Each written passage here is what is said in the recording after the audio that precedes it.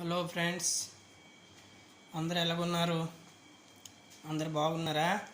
Hello friends, ఇప్పుడు ప్రస్తుతానికి నా వయసు అవుతుంది 49. నేను 93లో కువైట్లో మొదట అడుగు పెట్టాను అనమాట. అప్పటి నుండి మొదట నాకు వచ్చేది ఎలాగంటే 30 దినార్లు. 30 దినార్లు అంటే మన ఇండియా డబ్బు 3,000 కూడా అవ్వదు అప్పుడు.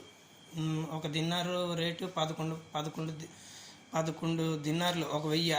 మన ఇండియా డబ్బు 11 దినార్లు అనమాట. అప్పుడు లోటు అలాగుందనమాట. అంతలోనూ మా బాసు ప్రతి నెలకి జీతం ఇవ్వట్లేదు.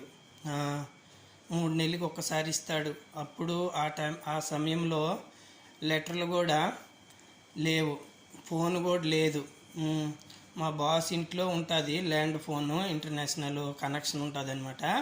అప్పటికి మేము ఒక 6 మాసాలు అయిన తర్వాత అడిగాను అనమాట, ఇలాగా లెటర్లు రావు ఇది అది అనుకోనంటే, అప్పుడు మా బాసు అన్నాడు, ఫోను ఉంది ఇక్కడ చెయ్యండి, లేదంటే లెటర్ రాసి డ్రైవర్కి ఇవ్వండి, డ్రైవరు పోస్ట్ చేస్తాడనమాట.